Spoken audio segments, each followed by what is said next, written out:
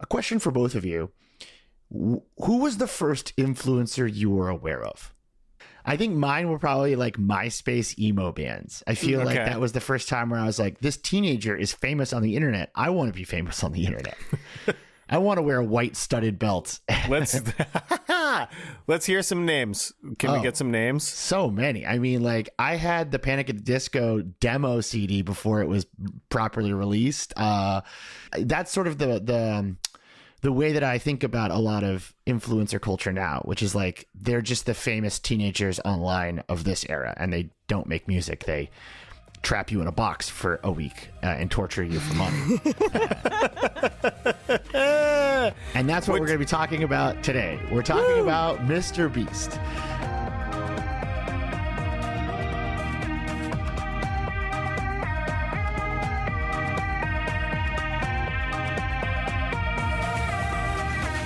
Mr. Beast is the biggest YouTuber in the world, and he's done that by turning himself into a human algorithm.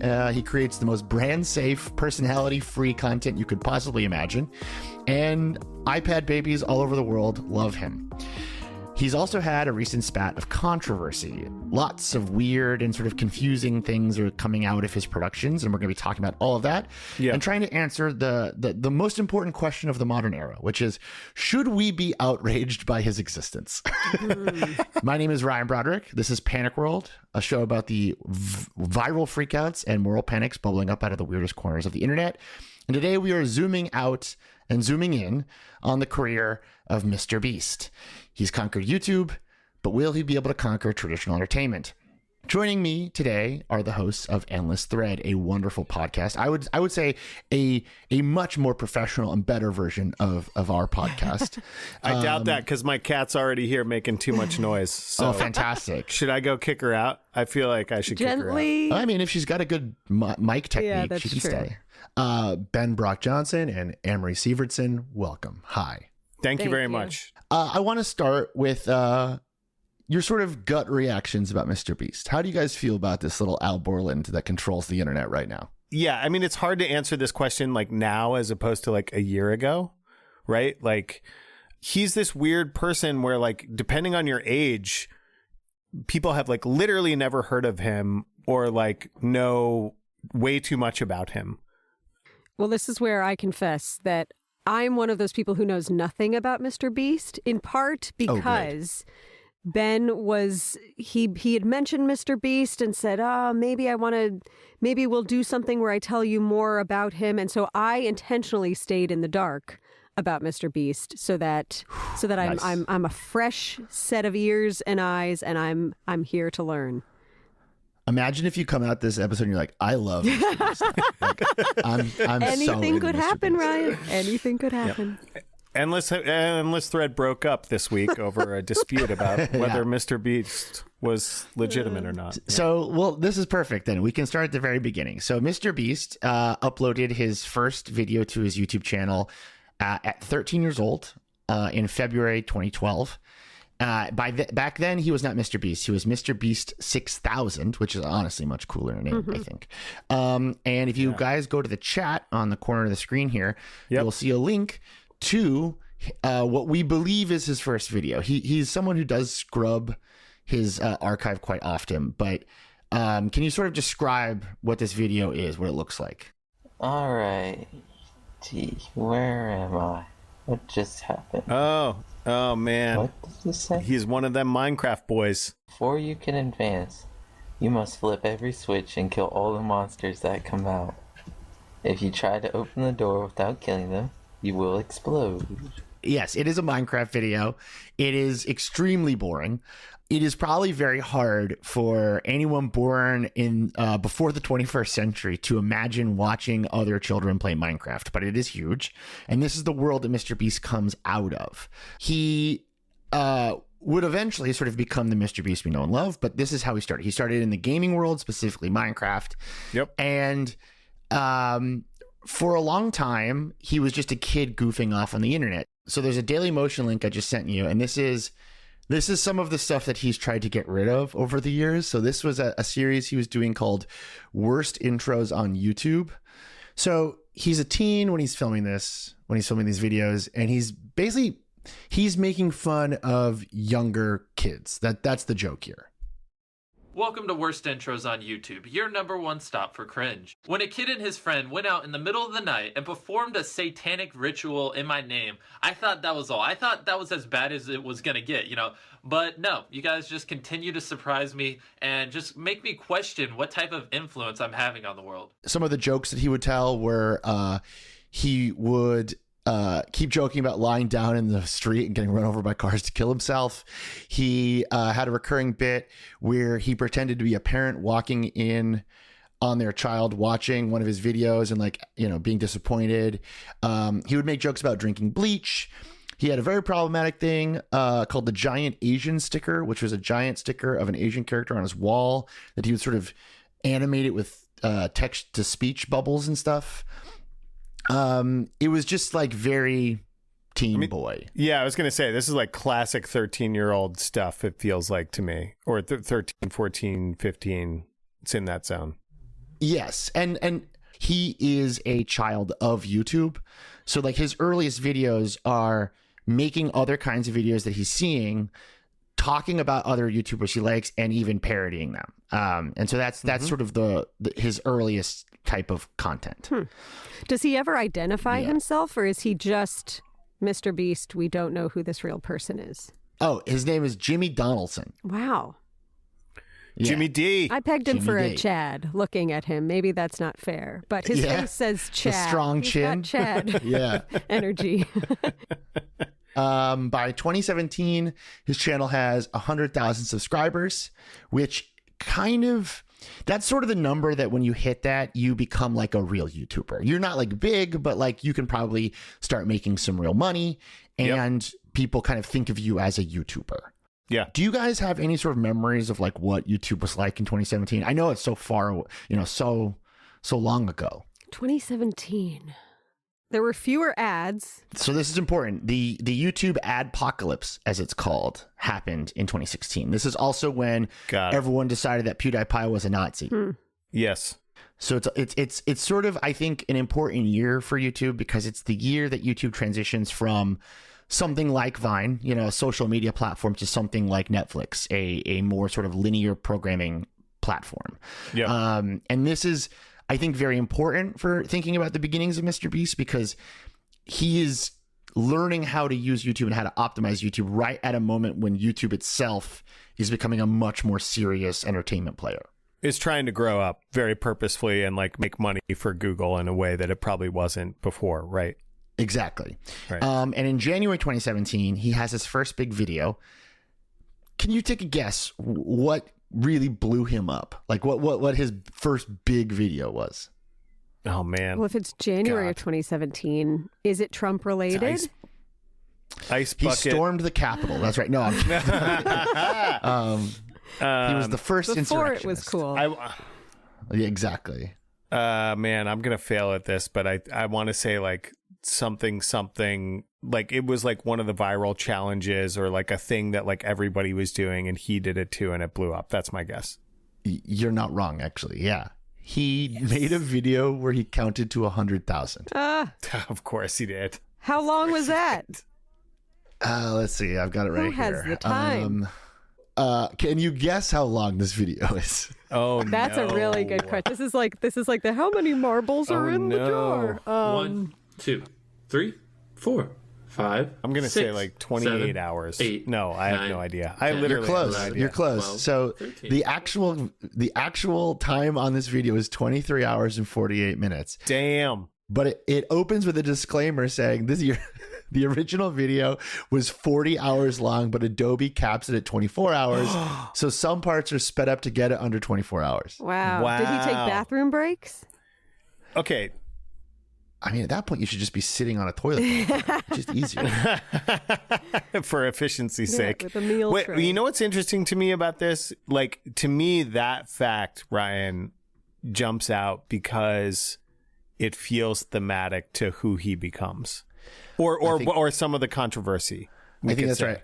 And for our listeners, by the way, I'm scanning through this. I'm not going to watch all 23 hours of this, but he is seemingly in the same chair and in the same clothes for the whole thing. Wow. 98,855, Yeah. But I think you're exactly right, where this is sort of very indicative of what he will be known as this person who will sort of do anything to go viral and to be the king of YouTube. But also maybe cut some corners in some areas where he's supposed to not be cutting corners, or at least so the accusations go. We'll get there. We're going to get there. All right. Don't worry. All right. Sorry. So in 2017, he gets his first sponsorships, and this is the moment when he figures out what I believe is the fundamental core of the Mr. Beast project, which is how can you take money you make from YouTube, invest it back into YouTube to make more money to invest back into YouTube, a sort of perpetual ad dollar traffic machine. And he gets $10,000 and he gives it to a quote unquote random homeless person. This is not clickbait. I'm going to give a random homeless guy $10,000 today. He gets $10,000 Quote unquote, you say. from YouTube revenue, from ads? Okay. Yes, from his sponsorships and ads. So he collects the $10,000. He then films himself going to like a highway median next to a Sonic and just gives a homeless guy 10 grand. And the video has 11 million views. Like, I mean, you want to care to tell me? I moved here from Wilmington. Lost my job, I'm your family. So you don't really have much? No. Yeah. Well, I'm a YouTuber. I mean, you can see the camera. And so it's a series where I just, be nice and just give people some help. So if you want to take it, it's about $10,000. I'm not joking. Yeah, right. It's real. So I got enough shit bad in my life. Please don't mind. I'm serious, man. I promise. Well, that's kind of weird, but pinky promise. Yeah, like I said, I'm a YouTuber, and I'm just going around doing some good. So that generates a bunch more ad revenue, and then he can pull some other stunt. Exactly. And you can start to see him figure this idea out, which is like, for every million views I make, I spend X amount of dollars to create Y amount of Z amount, I'm not very good at math, but you understand what I'm saying. He's doing P&Ls. He's in the P&L world. He's making budgets. He's like figuring it out. He's like gaming the system in a way that is probably smart. That's exactly right. Now, do you think how would you describe Mr. Beast's on-screen personality or lack thereof? He looks like a college student in a dorm, like a college bro who plays lacrosse. And no hate towards that, but he looks like his name is Chad, and he has lacrosse practice later in the afternoon. And first, he's just going to make a quick little video. Yes, he looks like an NPC in a video game set at a college. I think that's exactly right. And I think this is sort of one of the first big question marks for older people who are discovering him, which is like, how can you be this uninteresting and have this intense of a following? And the name Mr. Beast. I'm expecting so much more from a name like Mr. Beast. That's interesting that's your read on it. Because so I'm in my mid 30s, and I grew up with like AOL Instant Messenger. So I'm of like the first screen name generation. Sure. And so when I saw Mr. Beast, I was like, oh, that's a username that he just like picked when he was 13. Fair. He chopped off the good part. He chopped off the cool part. Yeah, he was over 6,000 before, and now he's just the Mr. Beast. But I guess like I would love to hear your takes on sort of the difference between idolizing someone like Mr. Beast or any kind of YouTuber versus idolizing an actor or a musician or some sort of, artist or entertainer. Like, do you find them to be similar mindsets, or do you think it's a totally different idea? Well, it's such a good question, because like I think we imagine one of these to be way more curated than the other in terms of how this person is presented to us as consumers, right? Like, I would imagine that like an actor or a musician or whatever, like the way that person is surfaced for me as a potential consumer, that I will spend money on this person's personal brand, like that is like a very carefully curated presentation of a person. Whereas like we're now in this world where the appearance of curation is gone. It's just like, oh no, this person's just like who they are, and they're like presenting themselves to me just to like as they are. And so like there's something about that change that feels meaningful to me. That's the key difference, right? Like Mr. Beast he's just himself. He's just being himself, man. Or at least that's what I'm led to believe. Right. If I'm thinking about like some sort of character, I don't know, like Tom Cruise, like that's a person who's like public persona is very carefully curated for me. Why? What's the T on Tom Cruise? What's his deal? That's another episode, I'm afraid.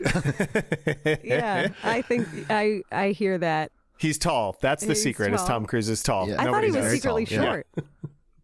He is. He's a little petite man. And his teeth don't line up with his lip, right? That's the other thing I know. That's also true, yeah. He's got one middle tooth. He has the middle tooth. Exactly. Yeah, I think when we see actors in a film or a TV show, we are trying to escape and we are trying to enter a different world. Whereas I think the YouTuber for me is more of just like, hey, you're just like me. You're just a regular person. And we don't expect them to be polished and, I think that's right. I sort of compare them to, do you remember when you could like download like a little cartoon animal that would like hang out on your desktop and like infect your computer with spyware in the 90s? Yes. There was like a purple monkey you could get that would like dance around your laptop, your screen. Yep. That's sort of what I think of when I think of influencers now. Like they're a virtual friend that you spend time with. Yeah. Yeah. But Mr. Beast doesn't stay in this sort of virtual friend zone, if you will, for very long. In 2018 is when he finally chops off the 6,000 from his username, RIP. And he starts to get pulled into more YouTuber elite level dramas. So how he made this transition from regular guy to algorithmic cartoon character and, amateur torturer, that's all right after the break.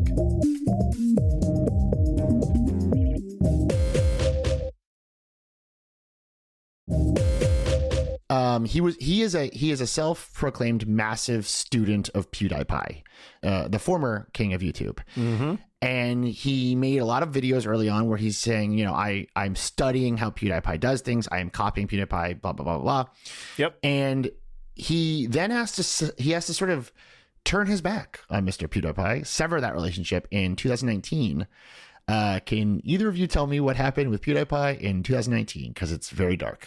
Oh man, this is like so much. You're like, I feel like we're really gonna fail at this because you were like, you guys are internet experts, and like without Googling this, I am not gonna remember. This is what I do to all of our guests. I say, you're the most incredible expert. You know everything, and then we just ask you questions you don't know for an hour. Let me ask you. It's a sick mind game that I play with our guests. Let me ask you like one of the biggest moments in internet history, and you can fail at answering. I want to say this is 2019. Yeah, 2019. So like my recollection is PewDiePie did something. I honestly shouldn't have turned this into a game show moment. I'm really sorry. It was the it was the Christchurch shooter. No points. It was the Christchurch shooter who basically wrote "subscribe to PewDiePie" on his gun. Oh no. Oh yeah, that's right. Yeah, that's sorry, right. I should have done that. That was actually really uncalled for. No, that was a horrible thing, but it was a big deal. I think. Please don't forgive Ryan for that. That was fucked up. That was not okay. That for new listeners, that's our producer Grant telling me that I've taken the bit too far.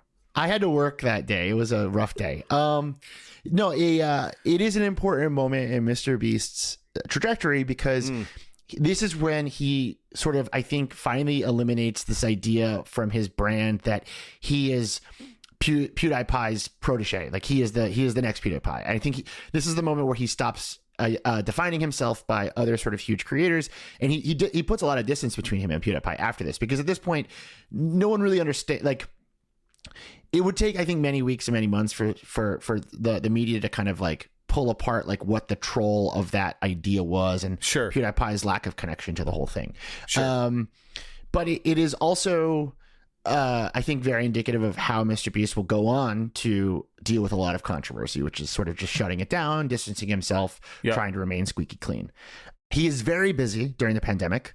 He starts a burger chain. Have any of you guys ever had Mr. Beast burger? So this was like actually the first time I discovered Mr. Beast was I feel like I read an article. It might have been like a New Yorker Talk of the Town or which is pretending that I'm smarter than I am because I've literally never finished a New Yorker. But it's okay. Talk of the Town is at the beginning. So if you made it that far, get a couple pages and then I'm like, in the physical copy of the New Yorker? Correct. Yes. Okay. Yes. Okay. And it's these little like vignettes that they do at the very beginning. But basically, it was about the release of the Mr. Beast burger. And it was like this very evocative description of this mall in New Jersey that was like filled to the gills with like, again, 11 to like 14-year-old boys and their parents, maybe girls too, who had dragged their parents to this place to get in line for the Mr. Beast burger. And it basically like shut down the entire mall, and like it was this like huge deal. And I was like, I read it and I was like, I don't get the big deal. Like it's like a hamburger that this guy launched. Like I was so confused. Yeah, that is Mr. Beast burger. This is when that all starts. He also launches a gaming channel and what will be very important for later in our story, a nonprofit for planting trees. Oh. So this is sort of the beginning of his franchise era. He's trying to figure out like the limitations of the Mr. Beast brand, which it turns out there are none. He can do whatever he wants with it. Basically, like it's not that he was like launching a new chain of restaurant that would serve this burger. He was launching the burger itself, and there are these places that will make the Mr. Beast burger that you can order from, but it's not like a Mr. Beast restaurant. And some of them are like completely unaffiliated. They're separate restaurants that will just make the Mr. Beast burger, correct? Isn't that how it works? There's there are about 1,000 physical Mr. Beast burger locations across the world. Whoa. But which is a lot as of right now. But the majority of people who are experiencing Mr. Beast burger are experiencing it through ghost kitchens. This is so hard to describe. It really is. It's super weird. So like it's I don't know if you've ever seen like a ghost kitchen facility, but you know, for our listeners who maybe not, like there's a big building and you'll know because it's all the delivery drivers around it, and there's like kiosks that you like open a door and your food's there because there's like one central kitchen making everything, and that's where you can get the Mr. Beast burger. Yes. Is there anything remarkable about the burger itself? Since this is just, I mean, I don't know if he's gonna have a burger. How inconsistent it is, I think. What is it? Is it made of magic? Let's see what's on the menu for Mr. Beast burger. I can get the Mr. Beast burger app, so I can buy Mr. Beast burger even faster. Okay, so there's a Beast style burger, which is American cheese, pickles, diced onion, mayo, ketchup, and brown mustard. Okay. There's a Chandler style, which I think is like another person that appears in his videos. 2 smashed crispy beef patties so it's a smash burger again. Then there's the Carl's Deluxe, which is a patty melt of some kind. There's some very hideous looking fries covered in pickles that don't look very good. Wow. Yeah, it's like him. It's completely unremarkable. It looks fine, but whatever. You know? It feels multi-level marketing to me. I don't know why, but there's some aspect of it to me that feels like again, like I don't know. It gives me the heebie-jeebies for some reason, where I'm like, the Mr. Beast burger is just an idea, man. It's just an idea. You don't want to franchise out Mr. Beast burger? I don't think so, man. But I don't. Well, if podcasting doesn't work, clearly I'm keep not. Your options open. Yeah, exactly. That's true. We should all open a Mr. Beast burger location together. So after this sort of franchising moment, there's basically one last piece of the why is Mr. Beast popular question to slot in here. In April 2021, I think that you could argue that the only other person who could have maybe beaten Mr. Beast to the title of biggest person on YouTube, the sort of growing personality on the platform, was probably David Dobrik, who was canceled for alleged unsafe behavior in his productions and allegedly inappropriate behavior with his cast and crew. And Dobrik was, I mean, really the only other person I could see at this time period who could have overtaken Mr. Beast. And now he's been effectively chased off the internet. So now PewDiePie is synonymous with neo-Nazism. David Dobrik is canceled. The world is Mr. Beast oyster. And that's when, in November 2021, he releases Squid Game in real life. Are you familiar with this video? No. Oh, okay, amazing. So this is great. This okay, is just, so the horrors keep piling on. Okay. this is great. So he personally funds a YouTube video where he recreates Squid Game in a warehouse, and he beats Netflix to it. And in fact has argued over the years that he has more views on his Squid Game in real life than they did on their actual game show version of Squid Game. Whoa.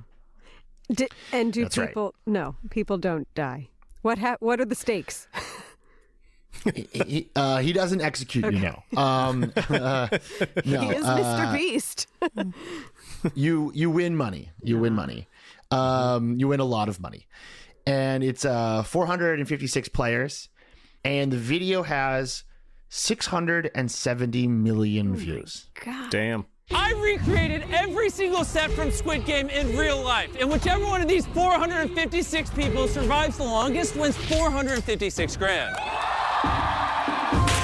Oh. And as you can see, every single player has a device strapped to them that when they're eliminated, it pops. Do you have any idea what that translates to in terms of money? I mean, I'm sure that's very secretive and proprietary, but the thing about Mr. Beast videos is they are essentially rushing nesting dolls of advertising. I mean, there's one video where he went to Antarctica and he branded a mountain in Antarctica for Shopify by sticking a Shopify flag at the top of the mountain. Wow. So he really will do anything for money. And because he's kind of created this cult of personality around help me become the biggest YouTuber ever, I think his fans really like the idea that he is just sort of pure capitalism, because that's what they're supporting. They're like, we're gonna help. It's almost like stock, like a stockholder in a company. That's how his fans, I think, operate. Okay.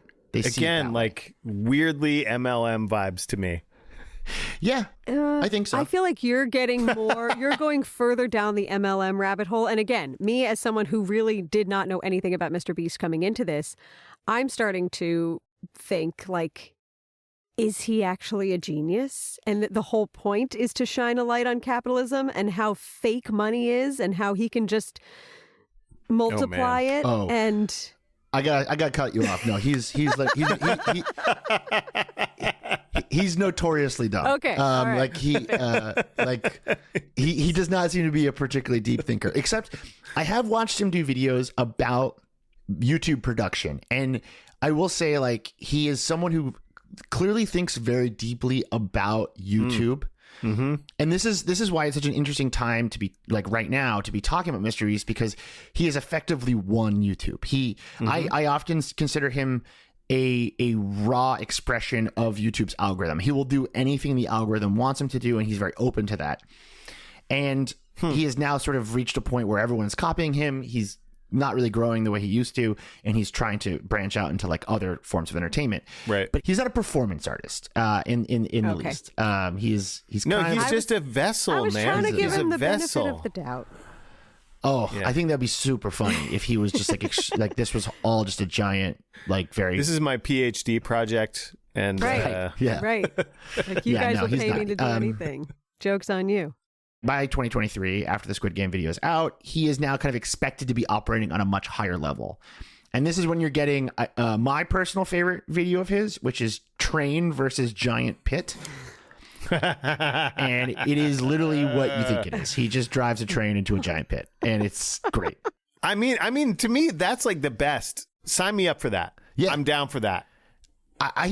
Okay, first of all, I love making fun of Mr. Beast. There's nothing that gives me more perverse thrill than just writing absolute barn burner takedowns of this guy. But I also think his videos, especially in his later period, are very fun to watch. In fact, here, I'll send you guys a link to the Train Giant Pit one, because I think it's the best one. I do want to watch that. I just bought this train, and it is currently barreling full speed towards that giant pit over there. Just talk us through the editing style, because I think this is a really good video to sort of use as an example of his editing style, which is, by the way, referred to as retention editing. That's the term for how he edits his videos. Oh boy. Okay, this is a high velocity video. Everything is coming at you. The train goes down into the hole, and then it hits the bus, and then it super cuts to an explosion, and now there are Oh my God, it's only been like 20 seconds and now there are people on the ground and there's a house and there's a guy in the tub and I can't tell what the hell is going on. It's chaotic. Yeah, it's awesome. chaotic. I've often described his videos as a trailer for a TV show that doesn't exist. Ooh, that's good. Yeah. This is in the future when our attention spans are actually only a fraction of a second because we will have broken our brains so thoroughly with the internet that this is the only way that we can process information. Like, it's the kind of thing that, like, if you were tripping acid and you, like, happened upon this, you would feel like you were, like, seeing The Matrix, I feel like. Does that make any sense? It's like Tim and Eric. It's like Tim and Eric. Awesome show. Great job. Yes, it has exactly. That vibe. Yeah. Exactly. If you skip further in the video, before they get to the train, they tie 2 school buses to a tank with the rope going across the pit, and then they make them drive in opposite directions to see which one ends up in the pit. Okay. What is the budget? How did he do this? Well, he has a lot of money because his videos at this point this video has 239 million views. And honestly, it should because it's titled Train versus Giant Pit. Agreed. Who wouldn't want to watch that? Wow. Agreed. This is undeniable that you want to watch this. Like, you don't want to stop watching this. Yes. And there's been some research into like exactly how good his editing is. He has an audience retention rate of around 76%, which is insane for YouTube. That's 76% of the people who press start finish it. Wow. That's amazing. He's also a master at thumbnails. So like he has a team that he says are spending hours and hours, like hundreds of hours a week, trying to figure out like exact calibrations of thumbnails for A/B testing to make you want to click on this stuff. They're like, no, the cyan, like we need to like a different kind of cyan, like a deeper cyan in the text to make sure people click on it. Right. Exactly. Like that level of detail. He famously decided at one point that he was no longer going to smile in thumbnails and now he's going to frown. Wow. And then he like did like months of A/B testing to figure out like which one would do better. And this is most likely his peak around 2022, 2023. In January 2022, he launches his chocolate bar company, which is called Feastables. And by the end of that year, his company is looking for $150 million in investments with a $1.5 billion valuation. Wow. I did not see all of these directions coming. Burgers, chocolate.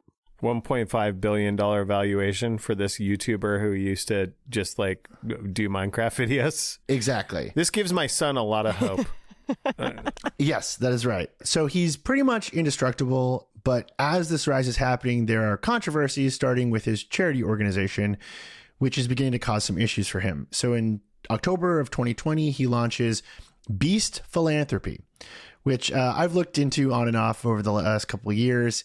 And it's essentially run by like a South African real estate agent who doesn't seem to have any expertise with running a nonprofit. Seems legit. Wait, is any actual philanthropy happening? Yes, but it's complicated. Okay. There's one video in particular that Beast Philanthropy puts out that upsets basically the whole internet. In this video, we're curing 1,000 people's blindness. 1 in 1,000 people cured. Oh, God, I hate this. I hate it. Now he's wearing scrubs. Okay. He's wearing scrubs He's claiming all of a sudden. to cure and a people with baseball blindness. hat. He's Yeah. interviewing a surgeon. Oh, yeah. And they're just like, Isn't this just like what glaucoma is or something, or what cataracts are? he's just giving a bunch of people cataract surgery. And he gives her $10,000. He gives a lady $10,000. Okay. My first question is maybe a boring one, which is just why this? Why this problem? Why was this the problem that he wanted to tackle with his many thousands, millions of dollars? So I'm going to send you guys a link to what his nonprofit's page looks like now. It'll give you a good taste of the kinds of stunts that he's putting over on this channel. All right. The titles of some of these videos are Empowering Girls in India, We Funded a Gym for Adaptive Athletes, Saving Endangered Animals from Extinction, We Rebuilt a Village, it's a fire hose of charitable, quote unquote, stunts that are largely based on a before and after, something that's visually appealing for YouTube audiences. So you're not going to see him, quietly building water filtration systems. It's, I'm going to fix everybody's eyes and have a counter on the bottom of the screen that's like, look how many eyes I fixed. Sure. Well, I'm instantly, I mean, maybe, I don't know what this says that this is the first thing that I think about, but, he's not the first influencer, so to speak, to do this. He's doing this on YouTube, but I mean, think about Ellen DeGeneres and think about Oprah, and why is it, I get that this looks icky because it is performative, but are Oprah and Ellen DeGeneres any less performative about their charitable acts? Or is it just a different medium, different age group, different audience?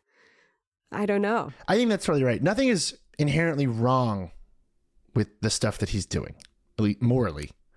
The aesthetics are bad because they're aesthetics that were created for internet content. And I think that's what makes a lot of people over the age of, let's say, 25 feel uncomfortable about this, because it's not a TV show like What Would You Do, right? It's not like Oprah. It's ugly because the internet is ugly. And I think that's really what bothers people about all this stuff. Right.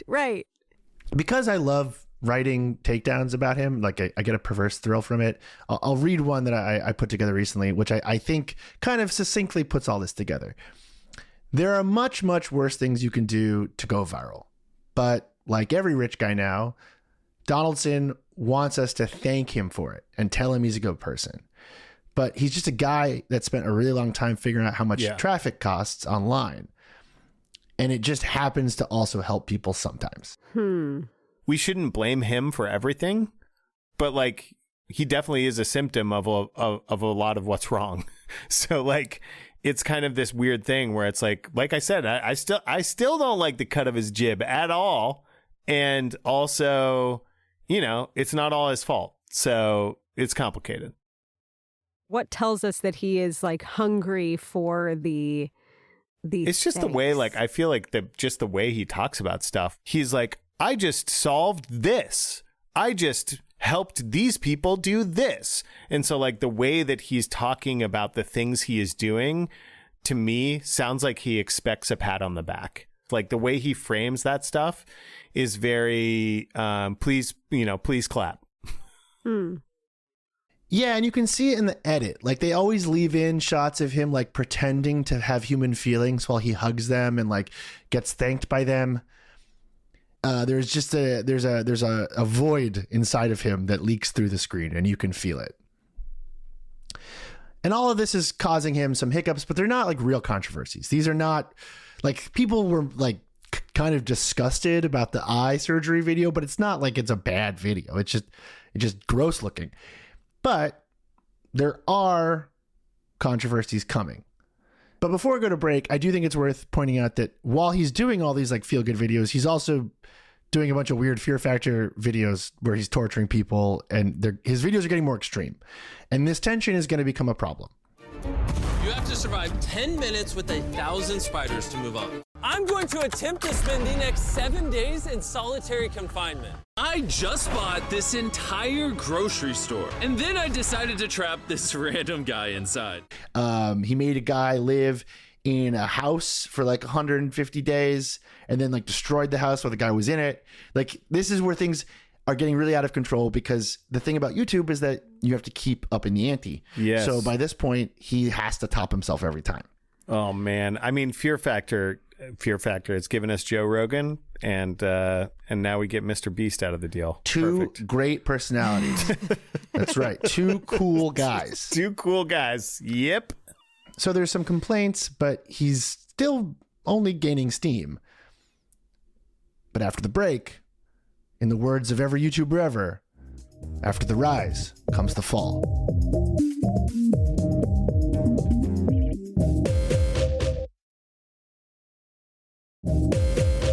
What are your general thoughts about the Mr. Beast story so far? How are you feeling?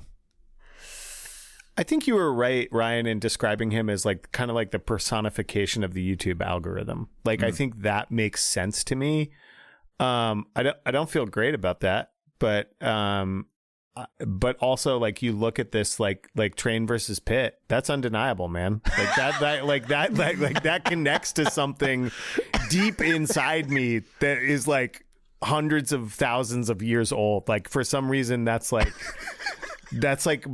what I feel when I see fire. Do you know what I mean? Like it's just like something primordial, but also totally off the rails, as it were.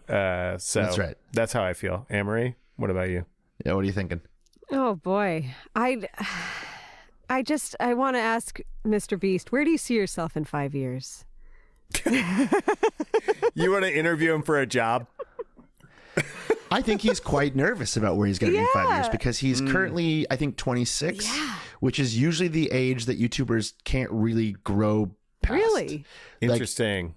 From what I've seen, if you start on YouTube really young and you build an audience when you're really young and your audience is young with you, 25, 26 seems to be the moment where they're no longer growing with you because now they associate you with their childhood. Yeah. And a lot of YouTubers, I think, become very frustrated because they discover one day, they wake up one day and discover they're a child performer. Or they wake up one day and discover they're a children's show host. And this was part of, I think, why the Miranda Sings controversy happened, where she realized that, wait a minute, like, I'm Blue's Clues? What do you mean? I thought I was like cool. And my theory is that a lot of sort of the escalation of the last couple of years of Mr. Beast's brand into many different directions is because he's terrified of waking up one day and just being like Elmo. He's got to make that Miley Cyrus, Christina Aguilera jump, man. He's got to make dirty. And then he'll be fun. Yeah, he's got to be a nasty beast. Either Sexy that or just something is going to go horribly wrong in one of these videos and he's going to die young and he'll go up and smoke and it'll be like the end of Thelma and Louise, you know? And he's just... You're right. We can all hope that he dies. That's true. I'm just saying, I think that's a very real possibility. And that might be how the Mr. Beast story... We'll just say, if this were a major motion picture, that is how it would end. Well, that's a fantastic transition into the darker era of Mr. Beast, which is what we're going to be talking about now. So, Mr. Beast in July of 2023 basically sues the burger franchise, and they sue him back. There's a whole bunch of litigation around Mr. Beast Burger. So he didn't own it. It was a partnership. A lot of these things are kind of franchisee setups. In 2024, he does a profile with Time magazine that kind of, I think somewhat unfairly, makes him kind of like the poster boy for YouTube rotting people's brains and like children's attention spans. And I only sort of like want to soften that just because like I don't find Mr. Beast to be singular or unique in any way. If Mr. Beast didn't exist, there would be another Mr. Beast because YouTube created Mr. Beast. And he's very open about allowing YouTube to create him. And so I think that's an easy way to sort of like pass the blame off of YouTube. I totally agree with that. I think like we love a scapegoat. We all love to like pile on something that we don't understand and think is bad and find like the person who's like the most popular and like destroy them. Right.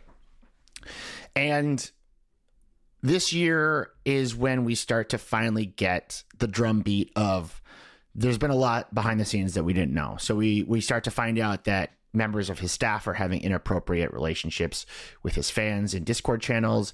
There's been allegations of racist content being shared in his official employee Telegram group. Ooh. There are numerous reports of unsafe filming procedures that are happening at his filming locations. And a lot of this finally starts to come out when he announces a new venture with Amazon, which is called Beast Games. They've been filming it pretty much all year. And the stuff that is coming out of these productions is pretty horrifying.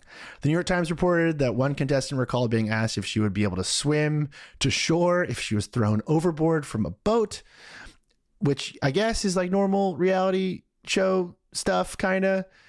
But the major issue with Beast Games has been the logistics. 2,000 contestants were brought to a stadium and they didn't have their phones with them. They didn't have anywhere to sleep. The New York Times story continues. They were given cold oatmeal, one hard-boiled egg, and a few pieces of raw vegetables. Same, to be honest. That's my childhood right there. Yeah, no, that's great. I wish they had just given Mr. Beast burgers. Exactly. They were also being like forced to eat food that they were allergic to. Like they didn't check, people's like food allergy. This one is very horrifying. So contestants couldn't get access to clean underwear or feminine hygiene products. They were basically just like treated like they were in a refugee camp by the Mr. Beast production team for days on end. It's a good way to kill someone inadvertently with sepsis or something, like, Yes. It's not Exactly. good. And I think the major sort of takeaway here is sort of, I understand it, is that Mr. Beast grew in barely 5 or 6 years from a kid farting around on the internet to a $1.5 billion valuated company, right? And that, I think, no matter what, is going to create a structure and an incentive system where you're just flying by the seat of your pants all the time. Yep. You're just, there's no moment where an adult steps in and says, like, we need to do this right. Yep. And I think that's happened to a lot of creators who grow really fast, but we're just talking about the biggest the biggest influencer of all time. Does it surprise you that after people almost got trampled during the making of the Amazon show and all of the other mundane problems, the fire festival of it all, that one, the show is going forward, and two, as far as we can tell, all of the participants who made it to the next round seem to be continuing on to the next round. Right. So, like, I guess, like, to me, it's not out till it's out. But I am surprised that, like, the controversy so far has not sunk the ship, so to speak. And I also, I'm not surprised that the people who have advanced are sticking with it, because, like, when you create this, like, craven atmosphere where people are, like, competing for money, like, the people who are advancing are not going to tap out. Like, why would they tap out? That makes, there's no reason for the people who might win big to tap out. You'd have to be, like, incredibly committed to identifying the thing that is wrong with all of this to say, you know what, I don't want the money, even though I'm still in it. Well, it just shows how much money was probably poured into the show, that the bar has to be pretty high. The budget has to be pretty high, and thus the bar has to be pretty high to stop that train from trying to reach its destination. I don't know what the fuck to tell you. Like, yeah, they're just going to do it. Yeah, he'll be fine. Amazon will be fine. The children eating his chocolate bars will be fine until climate change ruins their lives, and then he can go fix up their, like, post-apocalyptic village for YouTube traffic. And none of that is Mr. Beast's fault, really. Yeah, I mean, I don't know what the bar is, but I'm just picturing Spider-Man, the Broadway musical, and someone had to literally plummet almost to their death to stop that. So what is the Spider-Man actor plummeting almost to their death of this equation? I don't know. And also, that was a much smaller budget. Maybe that one didn't even do it. That's right. Yeah. I'm curious how many people work for him. Do you know how big the company is? It's shockingly small, I would say. Oh, yeah. That's my I think impression. it is. I've tried to contact them, but if you email them, they send you an auto-generated response written in Comic Sans. I've tried to sort of, like, dig around their corporate structure. I was particularly interested in their philanthropy group, because I was able to confirm that they were receiving money from an organization affiliated with the Koch brothers to make videos basically making private schools look better than public schools. Very cool, very normal stuff. Yes. So journalists have been trying to figure out what exactly is actually happening with Mr. Beast and how bad it is. But a lot of the stuff is being covered by YouTubers. The major character here that's leading all of this right now is Rosanna Pansino. She became popular in 2014 for making, like, fun cakes and, like, being really bubbly. This is a kind of a good snapshot of her whole deal. Welcome to another Nerdy Nubbies. Wanted to combine two things that I really love, baking and video games. So thank you, and bye-bye. Bye-bye. Bye-bye. And she's a kind of a funny character in all this, not just because she looks like Polly Pocket, but because she was on one of Mr. Beast's videos. She was in one of his contests, and he had edited her in the video to make her look bad and make it look like she actually lost the game. And this apparently was so egregious for Miss Pansino that she has waged a one-woman war against Mr. Beast ever since, which honestly I love. I love spite. I love pettiness. I'm really happy for her. And this has manifested recently in her posting videos where she is essentially just like running a ProPublica about Beast games and like leaking horrifying contestant reports from the production of the show. Food would run out and people would fight over, steal, and hoard food. Water was scarce and kept running out as well. I had to sit with a bloody pad for 2 days before I could get undergarments and my reusable pads. We were also sleep deprived, only allowed 3 to 4 hours. We all slept on the floor in the stadium in a $10 sleeping bag. She's doing real investigative work. She has access to tens of thousands of leaked messages from his internal Discord and Telegram, which she has even reported to the FBI because of some of the inappropriate content that was in there. Wow. She bought Mr. Beast's new food product, Lunchly, which is kind of like a Lunchable company that he started with Logan Paul, and opened it on a stream and discovered it was moldy. Cheese, all the cheese was moldy in there. She's the origin of the Lunchly moldy cheese. Yes. Wow. Great. Yeah. Good for her. She's the awesome. Edward Snowden of Mr. Beast. She's very upfront that she has a massive vendetta against him. What I think is interesting from what I have seen about the controversy around Mr. Beast is a lot of the stuff that, a lot of the stuff exposing him, like the investigative journalism effectively that is like exposing Mr. Beast, is also like made by YouTubers.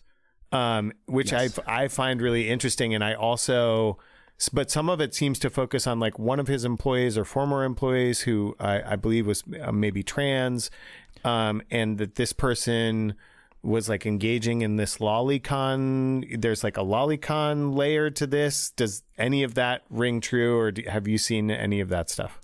Yeah. So thank you very much. This is sort of the last piece.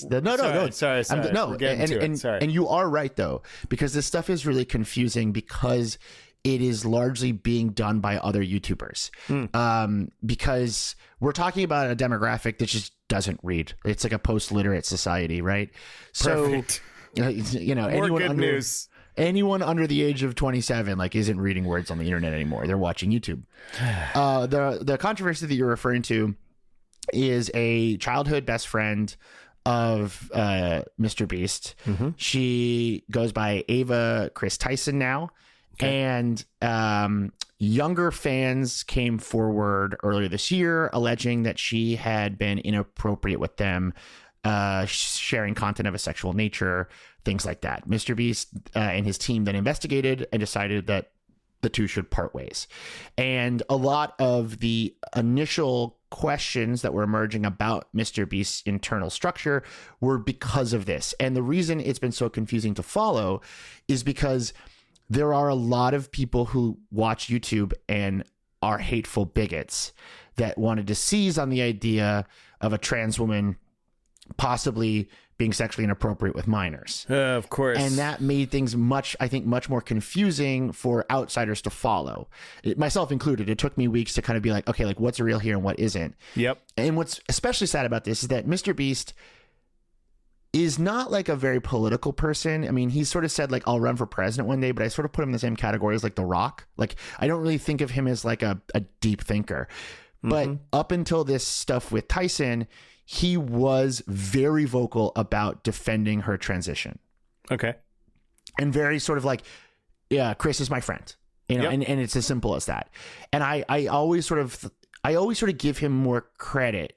I think he, you know, it's unfortunate that this happened, but because, you know, pick the wrong trans woman to support perhaps. But yes. It is unfortunate because Mr. Beast is this massive role model at this very politically, you know, delicate time for the trans community, and all of this is happening. And so it made things very, very complicated, I think, especially for like real reporters who wanted to figure out what was going on, because YouTube citizen journalism is just it's awful to watch. It's a slog. It doesn't make any sense. It's not done by people who know what they're doing half the time, and it's not really made for audiences over the age of 30 anyways. So it's confusing to say the least. It feels complicated.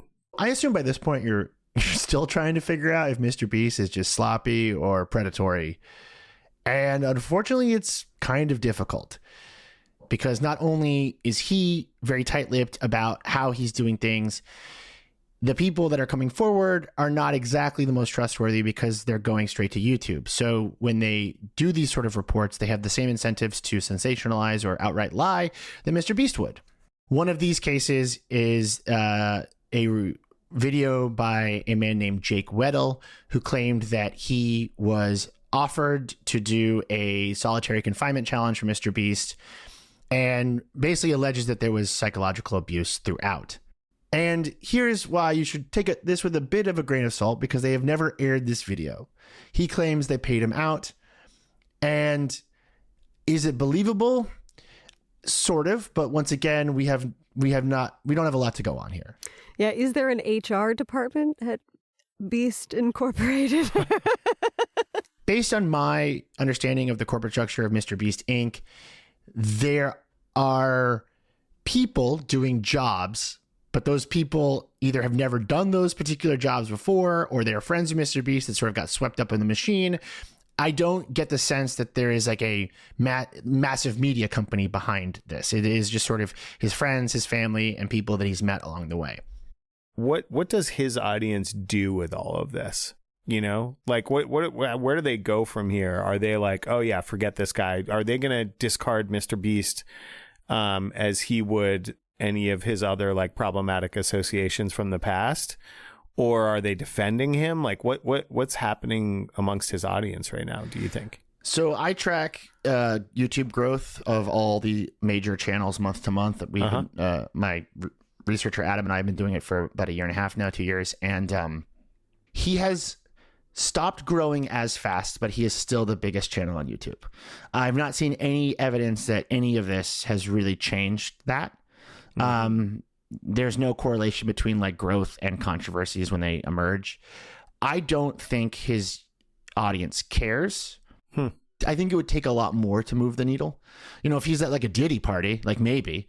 But as of right now, like I think a lot of this is so it doesn't really matter because that's not what the people who like him care about. Yeah, it's so disconnected from his actual content that it's like, right? Why is that relevant? Exactly. Like, I don't think Mr. Beast fans want an ethical Mr. Beast. They just want to watch a train go in a pit. It doesn't seem to matter enough, you know?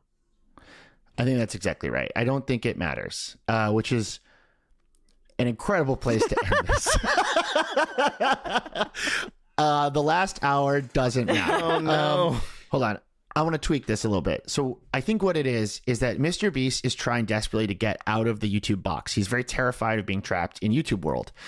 To get out of YouTube world, he needs traditional media partners, whether that's New York Times profiles, Time Magazine profiles, Amazon money, because he knows that he's about to age out. Yep. I don't think any of the controversies will affect his audience on YouTube because they're all deranged little iPad babies. But he, I think, is quite concerned about being as above board as possible right now because it's like the last chopper out of Nam. Like, if he doesn't get this right now, he is done. And I think that's the missing link there, where it's like it's not changing his YouTube trajectory, but it might eliminate his ability to do bigger things in the future. Yeah, and I find that fascinating when all those traditional things we just listed besides Amazon, I guess, are broken. But like Amazon's very broken. Okay. Great. Yeah. I use Temu instead now. Are they a sponsor? Are they giving us money yet? God, I wish we had Temu money. Why that'd are be so you? sick. That'd be amazing. Can't be giving that shit away for free. I just think all e-commerce apps should also be Chinese gambling apps. I think that's exactly what the future. Just Mr. one Beast, app. Yeah, just It's one a single app future. Yeah, DraftKings that also can order me groceries. That's what I want. But I'm interested in both of your opinions on the need of established things outside of YouTube and the price of that when it's like the New York Times would lose their minds if they had 1/10 of the eyes Mr. Beast has. Yeah. I mean, I think he gets that he might be screwed. But like, what is screwed when you're Mr. Beast? Like, what does screwed actually mean? And I feel like he'll be fine. He must have more money than God at this point. So like, he'll be fine no matter what happens. He claims he's just trying to keep it going. He claims he doesn't have any money. It's because he's buying school buses do you buy to that, drag though? into pits. Okay, here's my totally unfiltered take on all of this. Mr. Beast is running a tax scam. No, I actually believe that. Okay, I believe, and we can decide if we want to keep this in the episode. I believe that every single thing that is weird about Mr. Beast could be explained by the fact that he is essentially running a massive multi-million-dollar tax scheme where he is trying to basically argue that his entire life is based on his work, thus he can expense all of his expenses, and so he has no money at the end of the day. Like, that's the whole thing. He also essentially bought the town of Greenville, North Carolina. He owns a hotel there. The like local news stations cover his every move. I think the whole thing, his philanthropy doesn't really make sense unless you think of it as him just like shoveling money into something else to get it away from the IRS. Seems to be. Like, I think that is all it is. Huh. Yeah, I think that's it.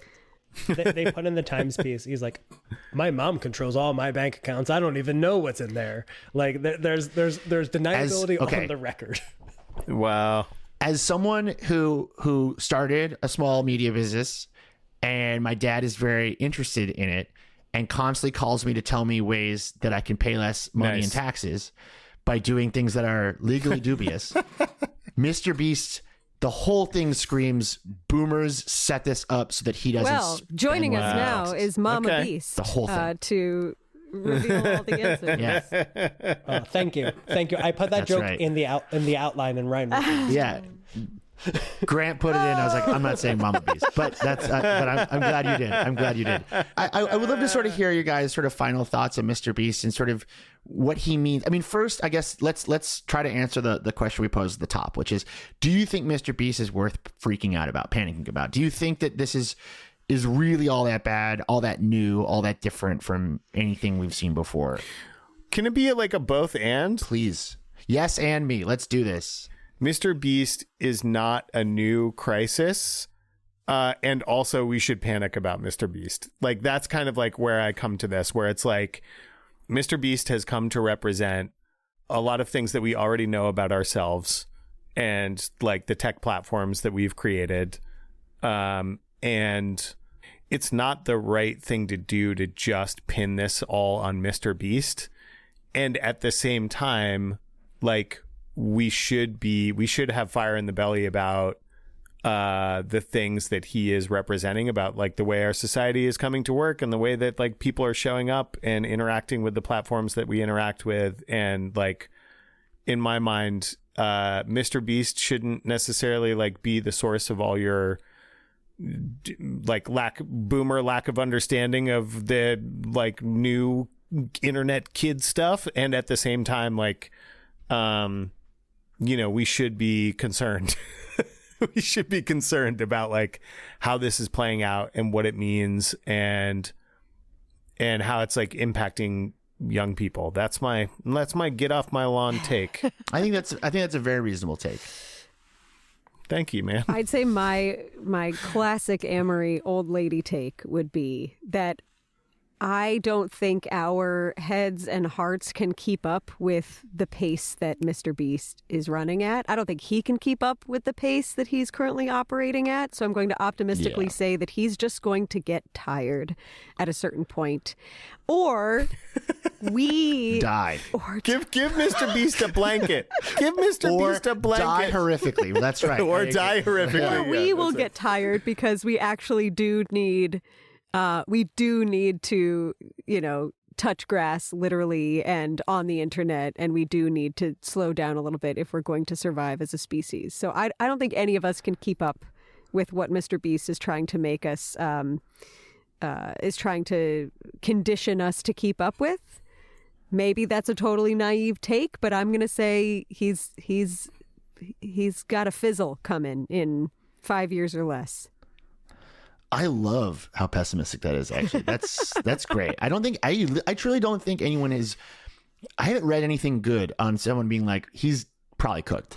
And I think you're not incorrect, because I think his desperation to continually top himself and also sort of expand beyond YouTube and possibly be unable to do so. I mean, we'll find out if his Amazon show is a hit or not. But if he can't make it work, if he can't find a way out of YouTube, I do think it's over. I think already his YouTube reign has come to an end to a degree. And this is the last, I think, important point to end on here, which is that YouTube has a history of treating its most powerful creators like a virus eventually. The type of content they create becomes so uniform and so stolen by other creators that it starts to manifest as spam. And I think Mr. Beast, as a child of YouTube, knows that algorithmic change is coming. YouTube will not allow every single account to be making the same kinds of videos. It's bad for YouTube. So now that everyone knows how to be Mr. Beast, no one can be Mr. Beast. Whoa. Yeah, that's right. Do you like that? That was pretty good, right? That was good. Yeah, that was pretty good. Is there an anti-Mr. Beast, Ryan? Like, what's the anti-Mr. Beast? I guess it'd just be like ambient drone footage, like an account that just makes just like really like slow soundscapes. Right. It's thoughtful podcasts. It's thoughtful podcasts for people. It's this podcast right here. This podcast is the liberal Joe Rogan, and it's also the anti-Mr. Beast. Are you ready? Are you ready to go to a 1.5 billion valuation and get money from the Koch brothers? Dude, I want to get so much investment, then make this company gigantic, and then lay Grant off. That's the whole plan. I'll be the sad guy in like the Ryan version of the Steve Jobs documentary where like he did the things and he never. That's right. He's not the one with the turtleneck. Damn right. You're the Woz? Are you You're the Woz, Is baby. that what you're saying? You're Woz? You're Woz. Just be careful, Ryan, because this too shall pass. And so your Mr. Beast moment, you're the next one that will fizzle afterwards. I'm it. This is a perfect version of Final Thoughts where you're just like, eventually everyone dies. You know what? Everybody dies and nothing That's matters. true. That's great. Beast mode always ends. Always ends. Thank you, Ben and Amory, for coming on. Yeah. Yeah. Of course. This was delightful. And everyone go check out Endless Thread, the professional version of this podcast. Panic World is a Garbage Day production. It's written and produced by Grant Irving, hosted by myself, with research from the always fantastic Adam Bumas. A huge thanks to Gabby Cash for designing the incredibly deranged art for this show. And a huge thank you to Kat Rajesk, our lovely video editor. And if you'd like to sponsor an episode, you can reach out to Multitude, our wonderful partners, multitude.productions/ads. We have a Patreon, which you can find at patreon.com/panicworld. And I'd like to end this episode with an important reminder. Log off and touch grass while you still can.